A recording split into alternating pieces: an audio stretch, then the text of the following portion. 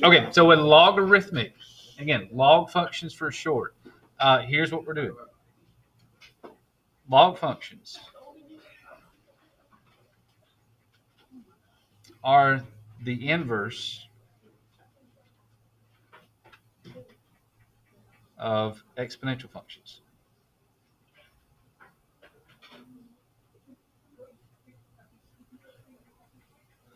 All right, and if you happen to have forgotten what inverse means, we're talking about inverse functions.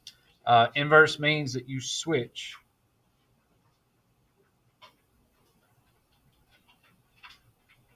your x and your y values.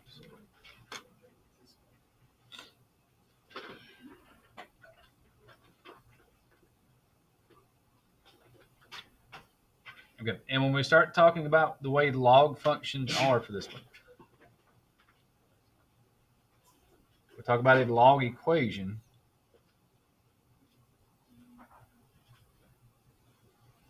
It looks like that. Okay, and you can read it a couple of different ways. You can say that it's y equals the log of x base b. Most people usually say it's log of base b of x. So log base b of x is usually the way to say it. Doesn't really matter which way you say it because I kind of go back and forth on those. Some math snobs prefer the preferred way of saying it. I don't really care. We'll say it either way. So it's either log of x base b or log base b of x. The main thing is that your base is always going to be underneath what's there. If it's a function, well, same thing. You just take out the y and replace it with f of x. So the button on our calculator will have a little part at the bottom where we put the D at. Depends on the calculators that you have. Some of them are set certain ways, and we'll talk about that more tomorrow. Exactly what we got on those. So.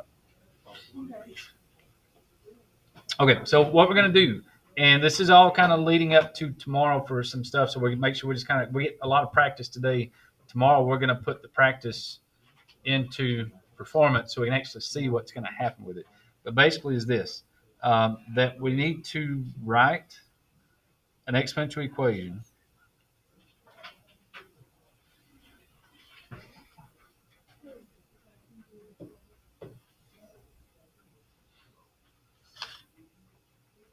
in log form.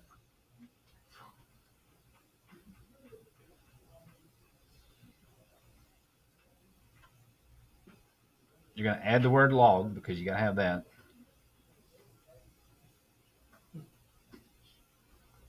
And then you switch the x and y values.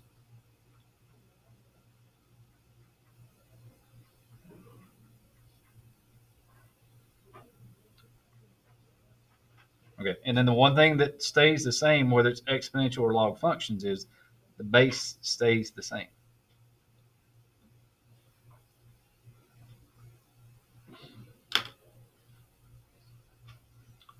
Okay, so today is going to be really pretty easy because a lot of the stuff you're going to look at and you go, well, I don't understand what we're doing. We're just rewriting this one. Correct. But tomorrow we're going to rewrite it and then show you how to solve it. And again, that's when we'll bring in the calculators a little bit more because we're looking at things of ways that we're going to have on this one so that you can actually use your calculator to find answers for these problems because it's just a matter of knowing how to get to what you're going, what we're doing there. So today's just the practice to get there. Tomorrow we actually put it into the process and actually show you how to do everything. Okay, so the very first part of this, all we're going to do is we're going to rewrite these different terms here in log form.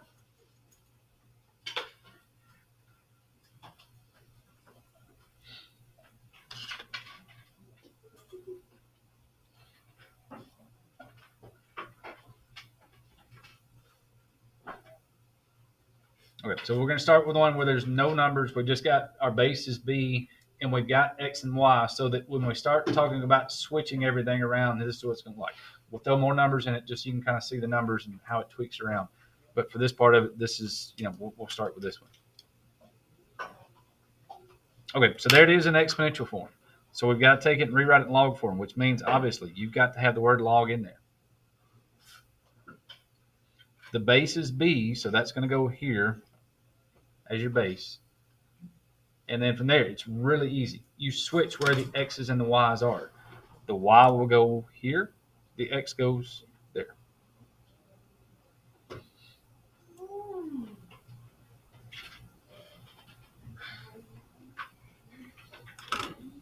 And I know some people are thinking, well, that seems pretty easy. Yes, it is very easy. There's not really much we're going to do to trick you today. We'll save the tricks for tomorrow.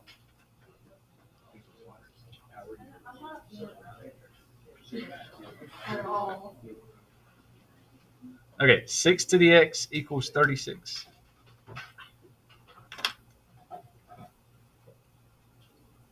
Okay, so again, rewriting it in log form.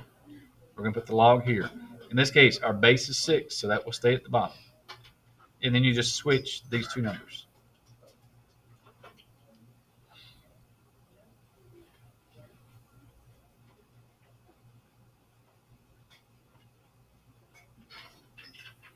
All right, so far so good? Oh, that's easy. Okay. And again, today there really shouldn't be that much that's going to throw you off on these because it's just making sure that you got the practice today. And if you get used to these, then tomorrow, should be no problem at all. I just have a question. Sure. For that one, would log be 1 or would it be x? For this question, the log will be x. The base will be x. Sorry. Yeah. So in this case, we've got x to the 4th equals 81. Your base is x, so that will put the x there. And again, just switch these two numbers. How would you do that? Or are we just putting it? Yeah, we're just rewriting it for today. And again, we'll kind of put it into practice tomorrow with everything that we're going to do.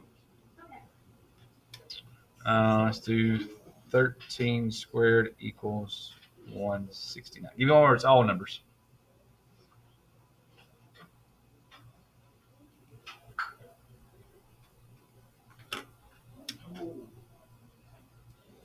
All right, so again, we need the word log. We know that for sure. Your base is 13, so we know that goes down there. And again, just switch these two numbers.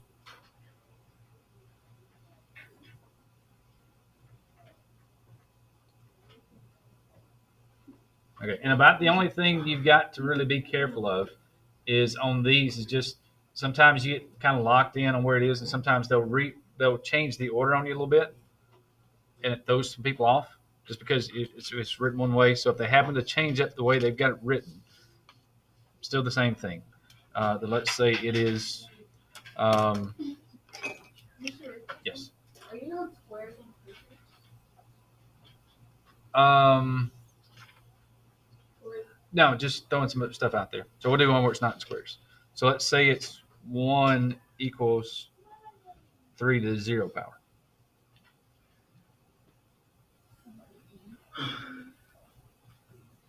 Okay, so for that one, what is your base? 3? Base is 3, right? So the 0 was connected to the 3. So in that case, you got to move the 0 so it's over here by itself. So the 1 would go there and the 0 would go there. Hold on. What you just do? Well, because in this case, they gave you the number first and they put the base second. So that's when we almost want to kind of, if you have to, just rewrite it so it's like that. Right. Oh. There you go. Oh, you just. Yep. So why you said you have to move the 0 to the So if you've got it this way, you may just want to think about it more like that. Just rewrite it so you've got the base on the left side. And that way, the 3 goes here and you just got to switch those two there. So it don't matter? Like, just switching it up like that? Yeah. Okay. So the big thing is whatever number's connected to the base over here, when you rewrite it in log form, whatever's connected to the base goes over by itself. Okay, everybody okay there? All right. So now we're going to go the other way. We're going to rewrite it in log form. Sorry, rewrite it in exponential form.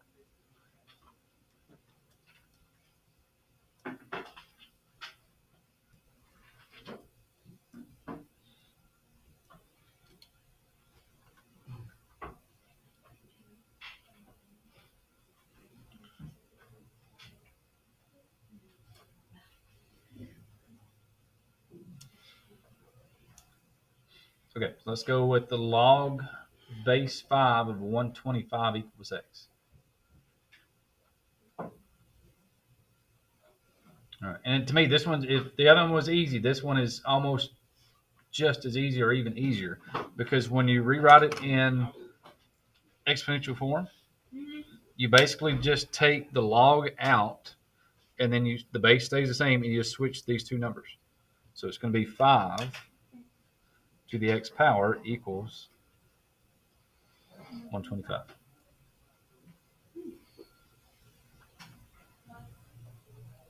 So again, you take out the word log, and then you switch these two numbers. It's like, are the 5 and 125 like significantly low? Or are they just like normal numbers? Just numbers. They're just normal numbers. They're not like those. I thought those. No, there's nothing special about the numbers on those. Yeah. So, okay. So we could go with the log base x of 7. Just any number. Doesn't really matter what it is. Equals 4. Okay. So again, take the word log out. The base will stay the same, and then you switch these two numbers.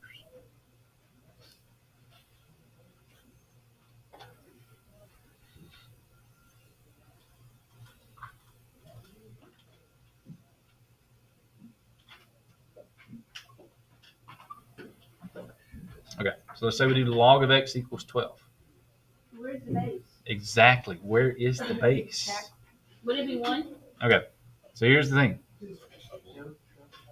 And this is, once you see this one, it's really easy. If no base is given, then your base equals 10. All right, and some of y'all were asking about calculators. Just showing you real quick. On your calculator, notice there is no base on this log, correct? So whenever you're using calculators always refer with the base being 10 because that's your standard.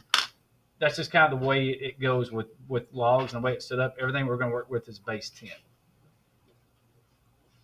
Anybody want to take a guess why we use base 10? When you start counting, how many fingers you got? 10. I think it is. So that's what I go with. Well, I mean, if you're going to count numbers, we count on the base 10 system. 0, 1, 2, 3, 4, 7, 8. You get 10 numbers and you go back and count. I'm assuming if we only had 8 fingers, we'd be on the base 8 system. Yeah. So don't know that for 100% sure, but that to me is the best reason why it's base 10. So if this is what you have, technically, that's what you have. So if there is no base given, you just automatically know that's going to be base 10. Then if you need to rewrite it, it becomes 10 to the 12th power equals x.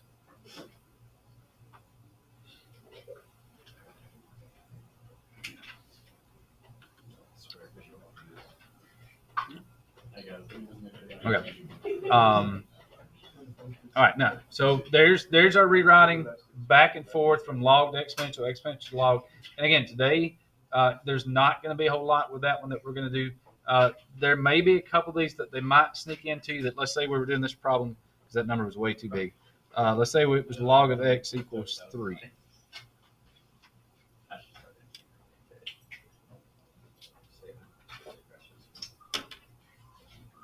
Okay, so we know if that's our problem, we know it's base 10 that would be here. So we know this would be 10 to the 3rd power equals x, right? Okay, if that's the case, what does x actually equal? Be 1,000, right? Because it's 10 to the 3rd power equals x, so just 10 times 10 times 10 is 1,000. And that's actually where we're going with a lot of the stuff that we're going to do tomorrow is that if we've got these things written, if something is in log form and we look at this and we go, all right, that doesn't make any sense, we're going to rewrite it in exponential form, and then we'll go, oh, that's just 10 to the 3rd power. We've got a number that we can get there. And so that's really where we're going tomorrow with everything that we're going to do is that we're going to go from exponential to log. If we're not able to simplify it, tomorrow we'll show you how to use your calculators to know how to simplify something if it's in log form and we can work with questions. So on the test, we're going to end up going all the way to the exponential one. Like, instead of 10 to the 3rd power equals x. Well, you actually would write x equals 1,000. Yep. Okay, so a couple of things more to get to the end. And again, today's a lot shorter than it was on Friday because Friday was we're getting the basics built and everything today. We're just kind of getting some details, and then we'll move into more stuff tomorrow. But graphs of log functions.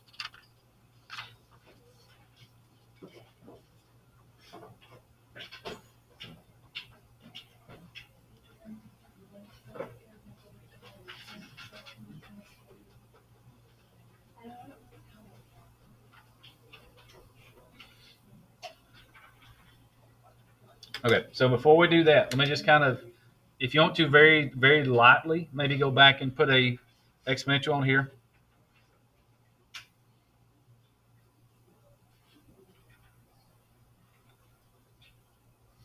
That when we're doing exponential functions yesterday, we did a little bit of a review today. That again, if we're doing exponential, if it's some number, b to the x power, let's think it's 2 to the x power, something with growth to it. Always put b where a base is greater than 1. This was going to be at 0, 1, right? Domain was always going to be negative infinity to infinity. And our range, we had an asymptote that was here at 0, so we went from 0 to infinity.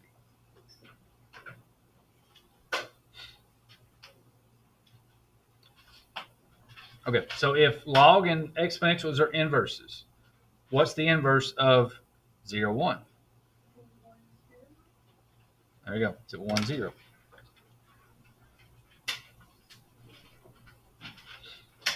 Okay, so instead of getting really close to the x-axis for an asymptote, now we're going to get really close to the y-axis. Still in the negative direction, so we're still going this way. And instead of this thing kind of chasing up the y-axis, now this is going to kind of chase up the x-axis.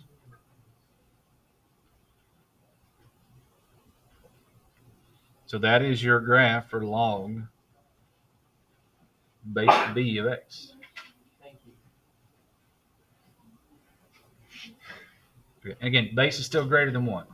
For these, you don't get a whole lot of these where the bases aren't 1 or greater than 1. They pretty much stick to the base being greater than 1 for almost all the cases on this one.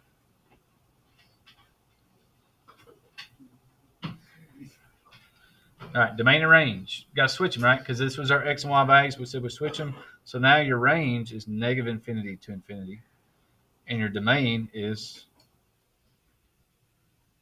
0 to infinity.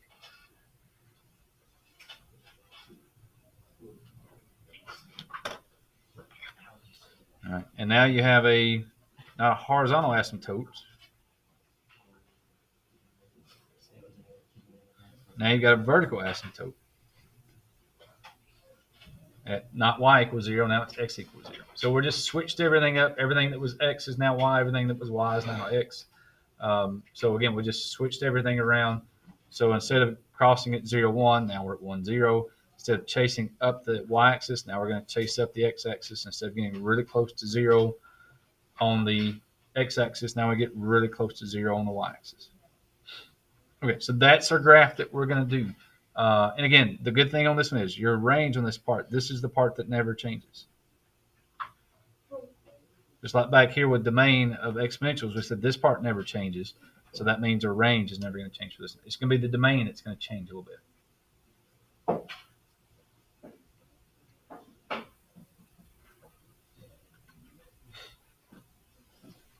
Okay, now, and as far as the graphs go, the graphing system is going to be the same thing. Now we're going to take this point that's 1, 0, and now we're going to move everything from this point. So if we've got things to move up, down, left, right, we're going to move everything from 1, 0, and we graph it from there. So here we go. Here's a graph.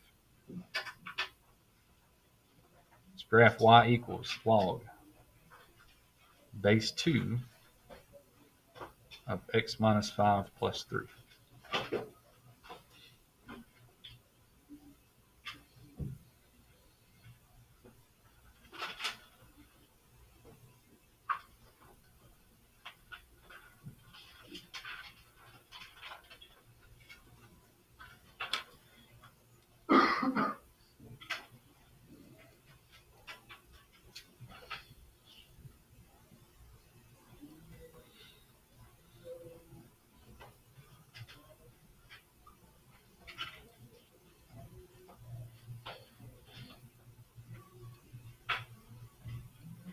All right, anybody want to take a guess what this 5 on the inside of the parentheses is going to do? Move it to the left. Still the same thing. If it's inside the fill in the blank, parentheses, exponent, absolute value, doesn't matter what it radical, doesn't matter what it is, anything that's on the inside of the fill in the blank always moves it opposite direction, left and right. So it's still 5 to the right, still going to be up 3. All right, and again, the only thing is that when we're doing these, you just got to remember, all right, if it's exponentials, we're starting at 0, 1, and we're going to move it 5 right, 3 up.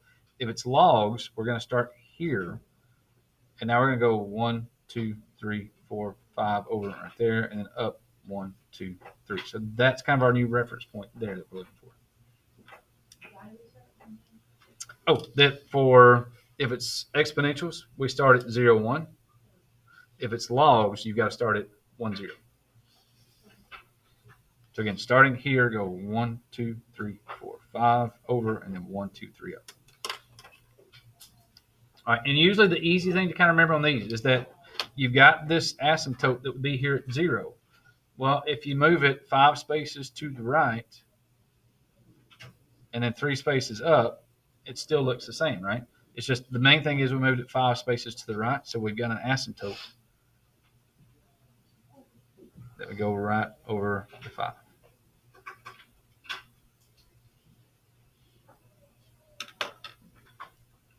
And our graph would look something kind of like that.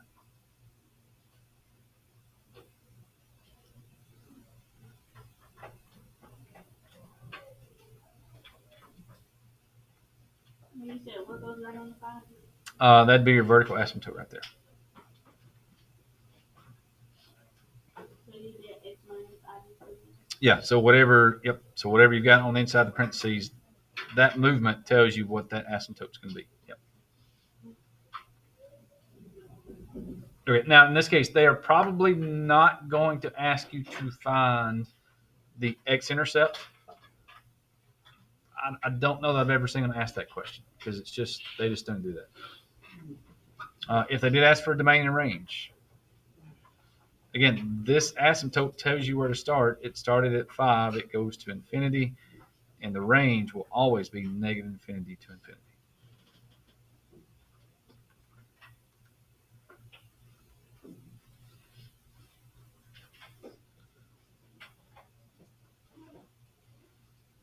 Okay. Do we need more graphs of that, or is that everybody okay? It's pretty straightforward, right? Still the same thing. Anything inside the parentheses moves it left and right, opposite direction. Anything outside the parentheses is going to move it up or down. Whether that's, if we were graphing these back here that we're doing, this time the only difference was it was in the exponent, still right and left. Anything outside the exponent is up and down. Just this time it's kind of nice with the parentheses. It's kind of a good marker there because we can kind of see what's happening. Okay. Last thing we got for today. One last formula.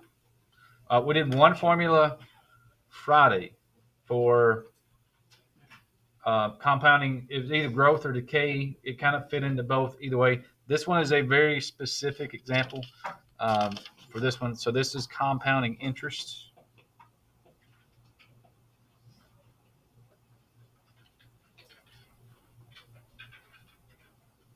The big difference on this one is it's continually.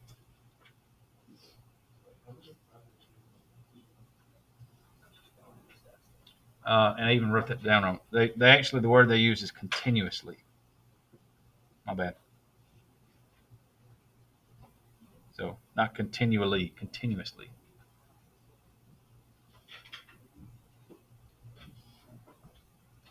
Wait, now, so that's in that case, they have to give you the word continuous. If they don't, then that's the key word for this one that you have to use this particular formula. If they don't say the word continuous, you're using the other formula that we did on Friday.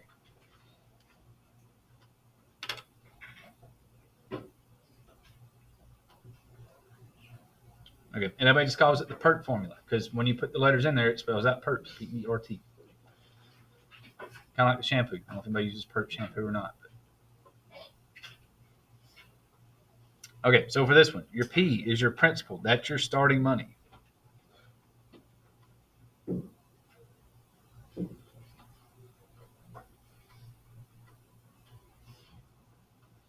R is your rate. Again, you have to change it to a decimal.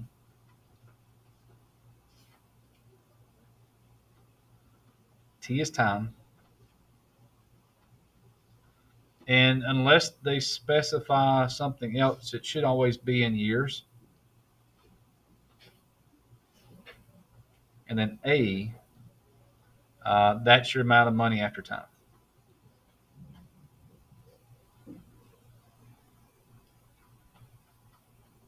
What E? Okay, the E is the E button on your calculator, and it is conveniently located near the log button. So on pretty much any calculator, if you can find log, if you look around it, see the LN button right here, back here in green, there's an E button. So the LN and E are always connected together. So if you got any calculator, if you got a Casio, doesn't matter what calculator you have, the LN and the E button are almost always right beside each other. Here's one where again, there's the LN button, there's the log button, there's the E button right there. So on your, and then again, this is a little bit of calculator practice. Turn this thing on real quick. Oh, there's on button. So for the Casios, to get the LN button, to get the E to work, you're going to hit Shift and you're going to hit the LN button, and you get your E. On the Texas Instrument, it's basically the same thing. You're going to hit second. Oh, hang on, let's put it out. You're going to hit second, and then you're going to hit the LN button, and then the E is going to pop up. So when you're doing E, it automatically puts the power up here. So you've got E to the power on the Texas Instrument, you've got E to the power on the Casios. Okay, so these questions are just, do you know how to use your calculator kind of question when it comes off of it. So here's the actual word problem. If you have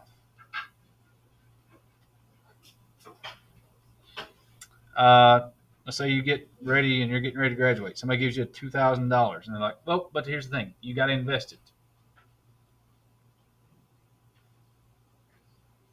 And if you can find something, they want you to have it after you graduate. So they're going to give you a few extra years. So you got 6 years to graduate college. Some people turn the 4-year plan into 8 years, but let's hope that's none of y'all. Unless you're double or triple majoring, maybe, or maybe it's your master's. Oh, let's say you're getting your undergraduate and your master's. So, we're going to go ahead and knock this thing out. Again, they have to say that it's compounded continuously. I don't think you can find anybody who would do that for you, but if there's a company out there that's nice enough to say we'll compound it continuously, that would be great. At 5%.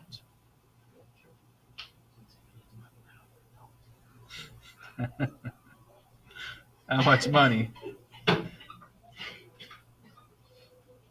will you have?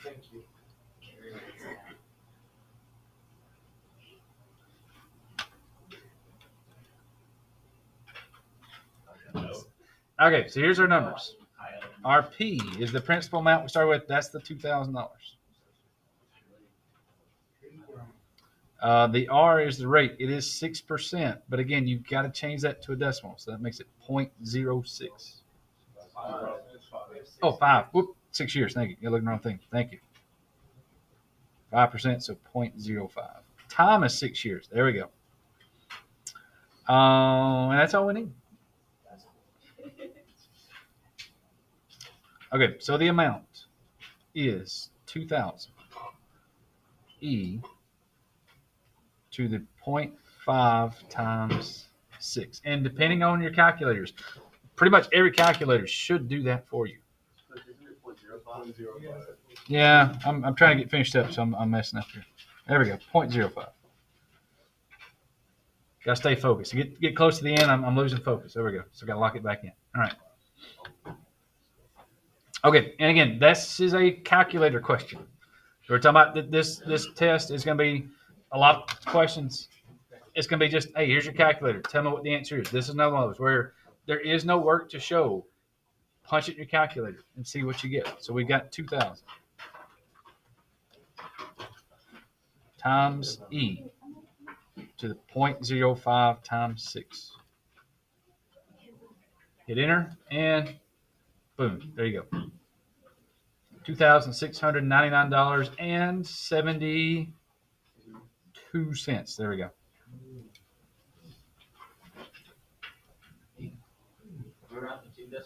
Yep. Always go 2 decimal places when money. 72.